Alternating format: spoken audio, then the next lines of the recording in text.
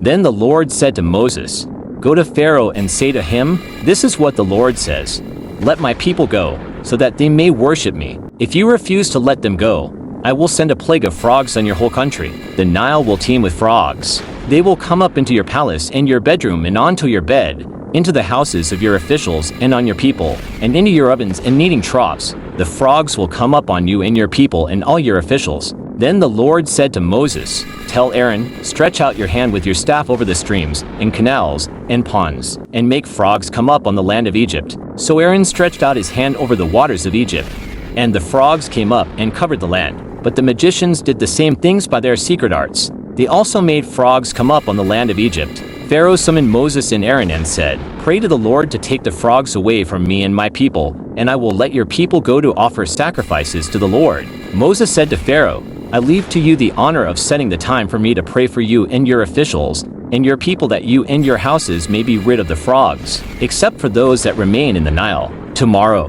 Pharaoh said. Moses replied, "It will be as you say, so that you may know there is no one like the Lord our God. The frogs will leave you and your houses, your officials and your people. They will remain only in the Nile." After Moses and Aaron left Pharaoh, Moses cried out to the Lord about the frogs he had brought on Pharaoh, and the Lord did what Moses asked. The frogs died in the houses, in the courtyards, and in the fields. They were piled into heaps, and the land reeked of them. But when Pharaoh saw that there was relief, he hardened his heart and would not listen to Moses and Aaron, just as the Lord had said.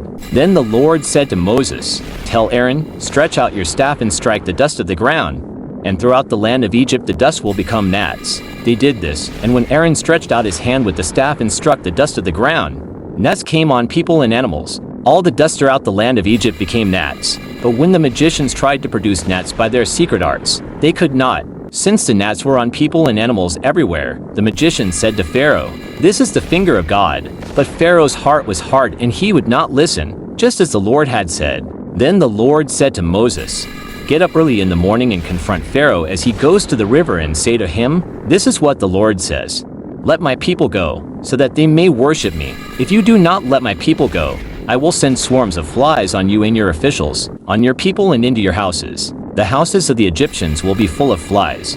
Even the ground will be covered with them. But on that day I will deal differently with the land of Goshen, where my people live. No swarms of flies will be there, so that you will know that I, the Lord, am in this land. I will make a distinction between my people and your people. This sign will occur tomorrow." And the Lord did this. Then swarms of flies poured into Pharaoh's palace and into the houses of his officials. Throughout Egypt the land was ruined by the flies. Then Pharaoh summoned Moses and Aaron and said, "Go, sacrifice to your God here in the land." But Moses said, "That would not be right. The sacrifices we offer the Lord our God would be detestable to the Egyptians. And if we offer sacrifices that are detestable in their eyes, will they not stone us? We must take a 3-day journey into the wilderness to offer sacrifices to the Lord our God, as he commands us." Pharaoh said, "I will let you go to offer sacrifices to the Lord your God in the wilderness, but you must not go very far. Now pray for me." Moses answered, "As soon as I leave you, I will pray to the Lord, and tomorrow the flies will leave Pharaoh and his officials and his people.